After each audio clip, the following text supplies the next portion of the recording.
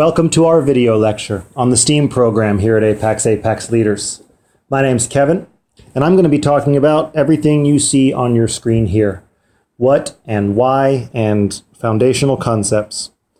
So the best way for you to consume and absorb all this information is to have your coursework printed or in front of you, and then a notebook or at least eidetic memory if you have it. Because the idea is we're trying to minimalize all of the time you're forced to spend in person, sitting in a room and listening to me or someone like me lecture while PowerPoint slides flicker behind me endlessly. I guess I figured it's better to do this on video, where you can at least do it from the comfort of your own home, pausing and going at your own pace. And trust me, I have a face for radio. So STEAM is an acronym: Science, Technology, Engineering, Art, and Math. These are all of the subject areas that we're going to be pulling our vocabulary and concepts from. And additionally, STEAM is a type of class that is collaborative and student-led. So the format and flow are going to feel different than a more traditional classroom. For the longest time, STEAM has been known just as STEM, no art. The art's been added recently, controversially, I might add.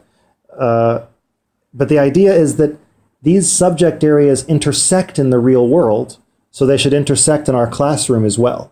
They should not be taught in isolation. For example, take your quintessential STEAM lesson, building a bridge. In this lesson, the students are asked to build a bridge across a gap using simple materials that can withstand a certain amount of weight. And in it, they're learning from all of these different subject areas, from civil engineering and material science to geometry. And this is going to be done in every level. Level 1 all the way up to level 8 are going to be building bridges, because STEAM is a spiral curriculum, meaning if you end up teaching this bridge building lesson to a level 1, you're doing basic vocabulary and engaging them with the material vocabulary and the material vocabulary of what they're building. But in level 8, they'll get into concepts like tension and compression and maybe Newton's laws of motion.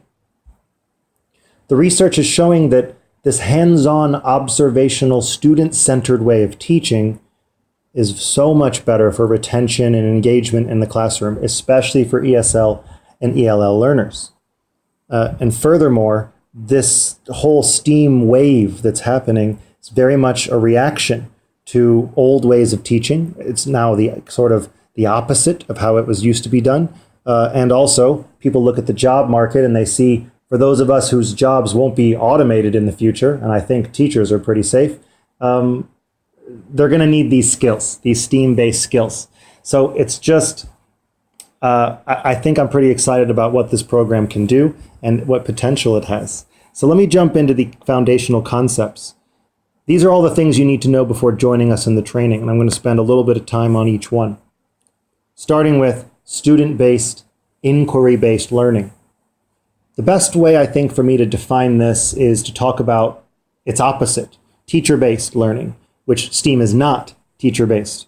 What that means is, in teacher-based learning, the teacher is standing at the front of the room and giving direct instruction, lecturing and delivering the information. The kids memorize and take notes and regurgitate back on tests. The lessons are rigidly planned down to the T, and especially planned across classrooms across a country. This is very much a style of teaching that is, post-industrial era uniformity across the whole country. Has its benefits, but we're going for the opposite of that. Student-focused, inquiry-based learning. The students are in control. Their questions guide your delivery of the information. They're collaborating. You're a facilitator, guiding and leading them through where they want to go, but not necessarily always in control of what they're doing. The control of the lesson is put onto the students. The decision-making is put onto the students. This creates flexible lessons because, let's be honest, every group of students that you teach bring to the table different skills and ideas that mean your lesson should not be uniform. Like I said, very much a reaction to sort of the more traditional way of doing things. This is a little scary for some teachers, especially teachers who have been doing it a while. The idea of giving up control, because the big question, of course, is, what if they fail? Does that mean I failed as a teacher? And the answer in STEAM is no. Failure is part of that process. you're there to guide them and show them how to improve and repeat the next time. So very important foundational concept.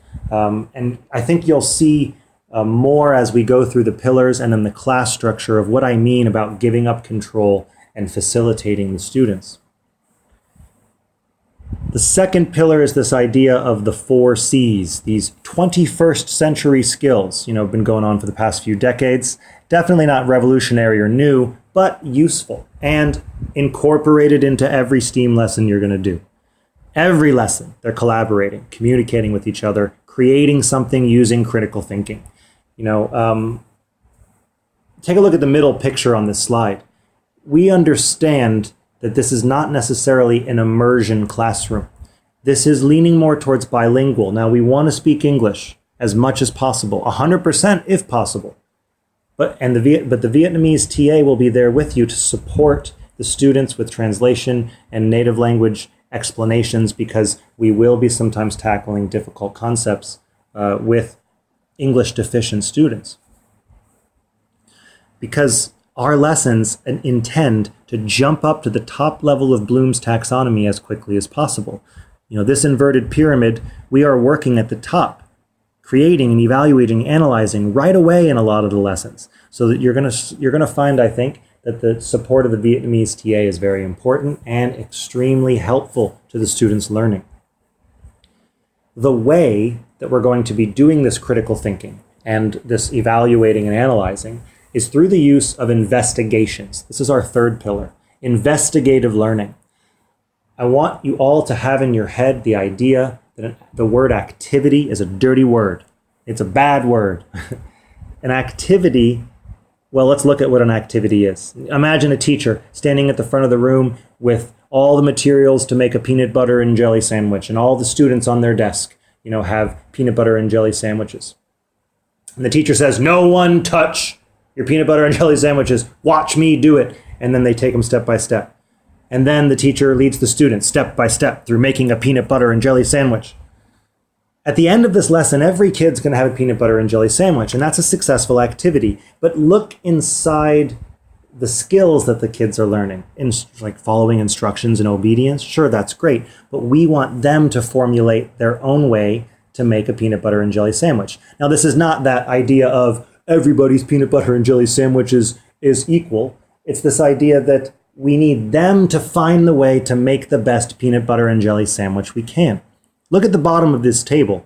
It's the difference between how can we improve a weak bridge versus teaching them how to build a suspension bridge. All of the investigations center around a question, a problem, a real world problem if we can. And the teacher isn't necessarily controlling the way they're thinking, but supporting how they're thinking. Investigations by nature are more inquisitive, and they take a lot of critical thinking to accomplish, because the path and the answer is not directly given to the students. Instead, we're guiding them through this design process to solve their problems. So let's say that problem is how to build a bridge across a gap. First, we're going to lead them through some inquisition activities and brainstorming of asking of questions and imagining different kinds of bridges, possibly bringing in a few exemplars to show them real bridges in the real world. Then we're letting them collaboratively plan their bridge together and work together to make an outline of what they're thinking they want to do. Then they create it. Now, they're not done once they've created it. At the end of an activity, once the peanut butter and jelly sandwich is made, the activity is finished.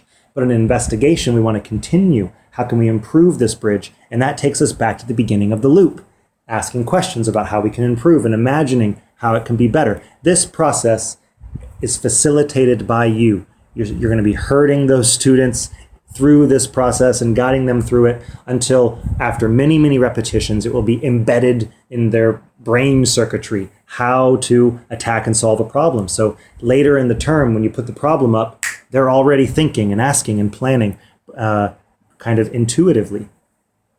So there you have the first 3 foundational concepts. The students are the center of the class. Their questions and critical thinking are used to solve a problem through some investigative type I almost said activity. Hold on. Self-punishment. That's a bad word. All right. Let's talk about the last concept, student journaling. So in a normal class, you've got quizzes and worksheets and tests as assessments that your students were following along and listening and learning. STEAM doesn't have that. We're investigating and creating, which is a little bit an assessment of itself. But these journals that we have them keep are the real true assessment. The idea of journaling is not a new one, but scientists, engineers throughout history, from Da Vinci to Newton to Goodall to Potter, they all kept these intricate journals of their observations and sketches and ideas and brainstorms and lists and new ideas and words that they've come across. And this is a skill of self-inquisitive, curious collection of ideas and observations that we want to impart to our STEAM students. Every part of the class is going to be using the journal. New words go in the journal. Planning, asking questions, goes in the journal. After we've created, list of improvements goes in the journal. Look at the picture on your slide. These journals are 3D. You give them a material. First, they need to tape it and observe it into their journal. Yes, we are being a little meticulous, but that's what we're trying to show, is a meticulous observation of the world around them. These journals have myriad benefits. You can take a look at my bulleted list over here on the right. But let's just be practical for a minute as human teachers who need to fill 90 minutes to 2 hours of a class, depending on if you're doing this in the center or in the summer program. We need to fill time. That's what we need to do. We need to fill time in a meaningful way. Well, that's what these journals do. It doesn't always have to be go, go, go, go, go. It could be go, go, journal. Go, go, go, journal. It's going to be a constant part of your class from the beginning to the end. So there you have it. What is STEAM? Why are we doing it? And its foundational concepts. Let me give you an example to kind of tie it all together. This is a lesson that you'll be doing in training together with your colleagues. You'll be given straws and tape and asked to build the tallest structure you can in a certain amount of time. Well, think about this lesson with your students. Think about the process that they would have to go through. You don't just throw the materials on the table and say, give me a tower.